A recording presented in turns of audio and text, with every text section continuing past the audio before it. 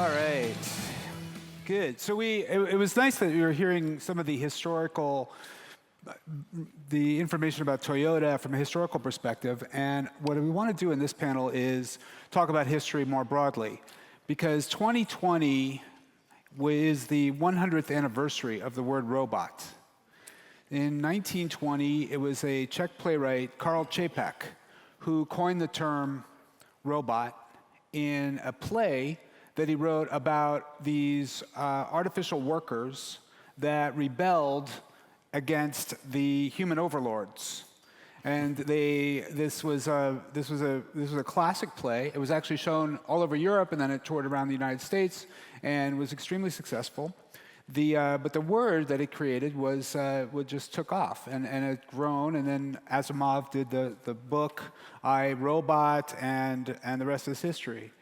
So I wanted to put that into context of this particular moment in this event today, and think about where we are in a century later in terms of popularism and inequality and xenophobia, because there is quite a bit going on outside, as you may have noticed. We're at a very interesting time. I think the questions, we're in the middle of a Super Tuesday major election that is a social process in its own right, and we're at the same time we're in the middle of what seems to be a breaking crisis with the coronavirus, which is another social process. And want to think about how these things are affected by this bigger historical, cultural, and political context of robots. So I'm thrilled that we have fabulous speakers here today who really have a broad context for thinking about robots. And I want to say, just in terms of this term, Robo-Exoticism, it is something that we came up with in a way to connect with Edward Said's concept of Orientalism, which is a characterization of a colonialist attitude toward the people of another region or another culture that tends to both exaggerate the fears and the fantasies about that culture. And this was done for many years as Europe approached the Middle East and the Far East, and continues to this day. How, for example, Trump has characterized Mexican culture. And so it's actually broader than just Oriental. The broader term is exoticism. So any characterization of some other can often be traced through this very interesting history. And so I want to think about how our attitudes towards robots and AI, especially now with the advances that we've been talking about all day, how that may intersect with that history. So we're each going to talk for a few minutes, and I'll let you start off, Gail, if you would. Okay, great. Well, as Ken mentioned, Robo-Exoticism has a relationship to this older term, techno-orientalism.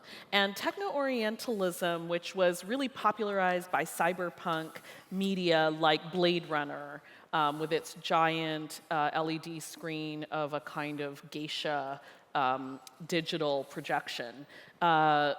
It really got popularized in the 80s, but techno-orientalism actually started long before. It started at the end of the 19th century when thousands and thousands of Chinese workers immigrated to this part of the world and started to build the railroad from the west towards the middle of the country, where it met the Transcontinental Railroad being built from the east in. And those Chinese workers were stereotyped in a lot of different ways as what we would call today robots, as impervious to pain, able to stand up in mud and heat for 10 hours at a time without any breaks, with scarcely any food or water. They were really described as machines. And it was their machine-like quality that made them good, cheap workers, but also obviously subject to a lot of abuse. I mean, just even these terms of imperviousness I'm talking about really sound like there were quite abusive labor conditions on the railroad. So I think that when we think about robo-exoticism, we have to understand understand that we've already turned the other into a machine in discourse, in stereotypes, in cultural texts. And so we have to be careful at this moment in history in terms of how we're going to relate to robots, how we're going to frame them, characterize them, understand them, I think, because of that history. Great. Okay, thank you very much, Gail. Yeah, there was this term, yellow peril, right? That was the fear of Asians, Chinese coming in, and what they were going to do by stealing all of our jobs, which is exactly the echo you hear now. Maybe it's a metallic peril that we're facing today, Potentially, or you're hearing about today. Okay, great, David. So I'm actually an author and a journalist, and I've covered technology, mostly biotechnology, but more recently AI and robots. And so I wrote this book that came out last summer called Talking to Robots, Tales from Our Human-Robot Futures. And Ken is in it, and so is his wife and daughter. And in that book, I had people like Ken conceive of robots that they might want to meet or they'd be afraid of meeting in the future. And Ken came up with a memory bot and his family, but each of these robots, there are 24 of them, is reported on from the present. So it's Dr. Bot, it's Teddy Bear Bot, it's Thriller Writer Bot, there's even a God Bot. But it's told from the future by a narrator that's unnamed who knows how things turn out. And in some scenarios, it turns out really well, some not so well. And obviously, I'm playing off of really decades, if not longer, of us humans trying to figure out what is going to happen with all of this. And it's not the first time we've done this. I mean, if you go back to gods and goddesses back in ancient times, we're trying to figure out the world. We're trying to figure out love. We're trying to figure out war. Why do we do these things as humans? They scare the crap out of us on the one hand. We also admire, parts of this on the other hand. So how does this trace through to the present? And I've spent the last several months out on tour for this book, talking to people, getting the vibe. A lot of them are meetings like this. I mean, I think we know what the vibe here is. It's pretty positive for robots. But it's not everywhere. And so I thought I had coined a term called technophrenia, but apparently it's already been coined, which annoyed me. But anyway, it's the idea that we are reacting to technology and to a lot of other aspects. Gail talked about the other, new developments, things that are rattling us, that are shaking us, by getting a little schizophrenic about it. That's where this technophrenia comes from for technology. On the one hand, we love technology. I pull out my phone here. How many hours a day are we on? What's the hours now supposed to be where you cross it and you're on your phone too much? So we absolutely love this technology. They give us godlike powers if you think about it. The first time you did a real Google search, or the things you can do on your phone now. I mean, these are incredible, like almost superpowers. But on the other hand, we are scared to death of this technology. And you can easily see that almost everything now in fiction, on TV, et cetera, film, is dystopic. You occasionally get some utopic or, everything turns out great. But I've been fascinated by how people have been more scared, the audiences, again, probably not this one, but, and I think those of us here and people making the robots and thinking about AI need to be very aware of that. And we need to analyze and understand our fears. I'm glad you brought up fears, because actually it's very interesting. You see so much of the trope of going all the way back to Prometheus and Pygmalion up through Frankenstein and Ex Machina, right? It's always scary, but that's in the West. In the East, there's a tradition in Japan, for example, Astro Boy, where there's a very positive view of robots. I want to ask you really quickly, David, as a writer, what about this term robot? It seems to have this incredibly interesting resonance, and I'm just curious how it strikes you as a writer. Well, I've actually thought about that and, kind of played with it. I wish there were actually other terms that were, we could use, because I'm not, you just said the history of it. It's, I forget what it meant in Czech. It was actually originally... Worker. But it was a hard worker. Yeah. So it's Arbeit in German, is like to work, but it's almost like a slave labor. Yeah. So we use it for a lot of other ways right now.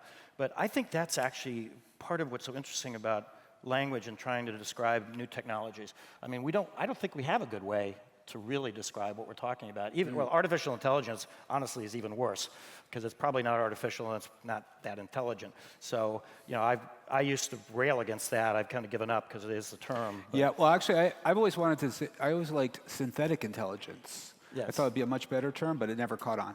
Anyway, all right, thank you, David. Now, Mark, I have to say, I've been a fan of Mark's for years. When I was in grad school, we discovered his tapes of his amazing performances, and then they circulated all around. And then years later, when I moved here, I got to meet him, and he's really defined, I think, for multiple generations, what the sort of resistance might look like. So, Mark, what's your perspective? Well, back when somehow 41 years ago, I sat down for a couple weeks, and I intuited that this whole concept of Robo-Exoticism, this idea that people ascribe these behaviors and emotions and fears and panic to things that they're servo mechanisms, you know, machines, robots. I realized that you could actually turn that into entire lifetime career. And so that's what I did at SRL. We just build these big, scary, highly personalized robots and machines that are just designed to play and pick at primal fears that people have connected with expressions, you know, mechanized expressions of like the human psyche. So, and then one's bad enough, right? One nightmare is bad enough.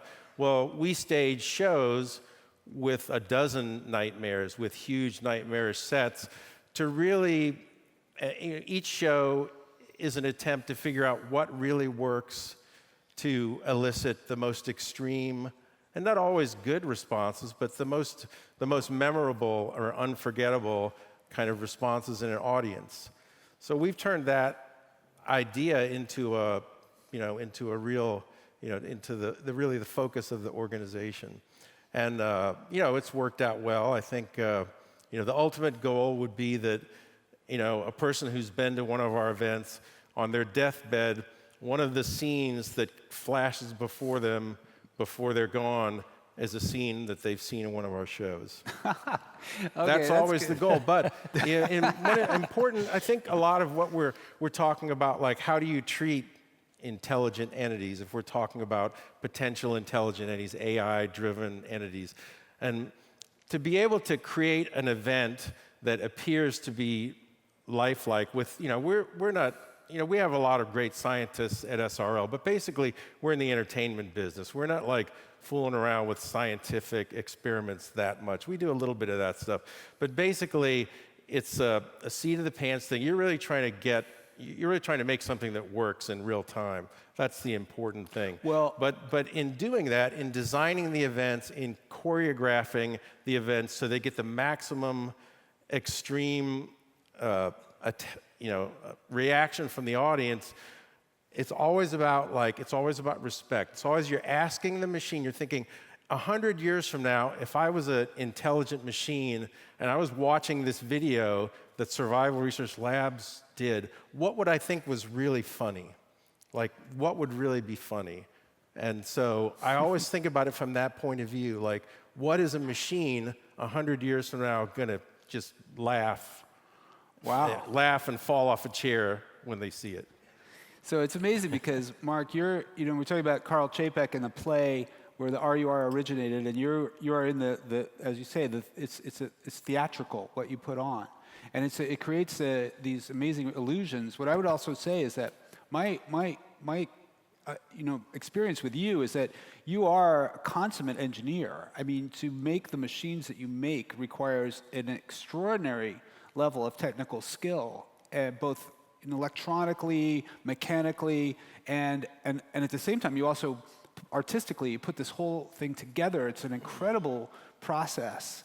And I really salute you because you do bring out this, you stay on this edge of fear and resonance that brings the audience into an engagement with something like, you almost feel like you've been through a war zone, but yet, you're safe. Engineers make practical things. I don't. One time I met Carl Sagan. He was at a club area, New York City. He had just had one of his events there. They were screening one of our videos, premiering it there, and he watched it. And the photographer for the club goes, I got to get a picture with Carl Sagan. We went up to Carl Sagan, and he goes, I want to get you a picture with this guy. And he goes, was that your video I just saw? And I said, yeah. And he goes, I will not get my picture taken with you. Someone with your skills should be doing something practical to benefit the world. What you're doing is terrible. It's a waste of talent and energy. And I was like, okay, dude. And he turned around and so. Okay. Oh, excellent. Nice. That's what an engineer does. An engineer does what Carl Sagan does. Right, but it's interesting because I'm a mechanic. But I think about something like I was thinking about the Mechanical Turk. Everyone knows what that was. It was this incredible, again, piece of theater that was playing chess with all these masters against all these kings and royalty across Europe and in the United States. And what it was a resonant cultural, I think, commentary on, at that time, it was 19th century thinking about automatons. But I think that von Kempelen, who put that together, was a consummate artist.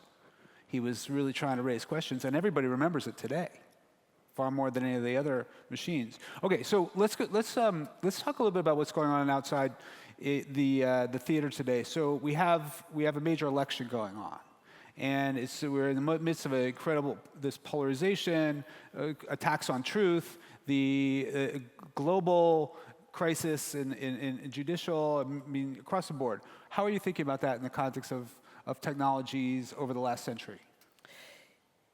Yeah, I think that there's a way that our president likes to talk about China, for example, as a techno-orientalist place of really super advanced, high intelligence, but threatening, deeply threatening. And you mentioned the yellow peril, which was one dimension of early techno-orientalism, which was this fear of the unwashed hordes of workers, cheap labor that was going to come in, and they would need to build the technologies of the country, but they also couldn't be allowed to be citizens or have an equal stake in the national project. But the thing that Trump likes to go to is the other half of techno-orientalism, which is the evil masterminds, and he likes to attribute all of these conspiracies to China, the way that the Chinese determine so many things about our banking and how our technology works, which comes from myths like Fu Manchu or Ming the Merciless, the evil Grand Wizard kind of Asian overlord, or the Dragon Lady, the female counterpart. But then I notice with coronavirus, for instance, Trump isn't attributing that to China. And I think the reason why is because he doesn't do the other side of techno-orientalism. He doesn't really speak to the yellow peril side as much as the evil mastermind side. And coronavirus doesn't quite fit into his stereotyping tendencies around Asia. So he sort of avoids that narrative. If coronavirus had come from the South, I think it would be a really different story with him. So I just find that interesting to think about the ways that he repeats these very old stereotypes about technology, intelligence, manipulation, intervention, a kind of secretive warfare. I just find that fascinating. Well, it's also interesting because he uses, people say that that this disgust reaction that people have when you hear somebody vomiting or something, we have these instinctive reactions against certain things that make us tend to also can separate us from potential threats. He uses that very effectively in the South, characterizing Mexican cultures, right? But you're right, he doesn't do that in China. The robot can either be this hyper-intelligent being that is doing things to us we don't want, or it can be this servant class that has to be our slaves. And he deploys both of those registers, Right. with foreigners. Okay. He likes to deploy, he likes to sort of mobilize those very old discourses, but they're still alive. Oh, yeah. Okay, David. Well, and they're about to be applied, and they're being applied to robots. But so I'm going to answer that by talking about AI and politics. Basically using AI or robo-politicians. And I do have Politician Bot in my book, And there have been robots that have run for public office, running for the mayor of Tokyo. There have been a couple of other, entities. They, of course, weren't allowed, but they tried to run.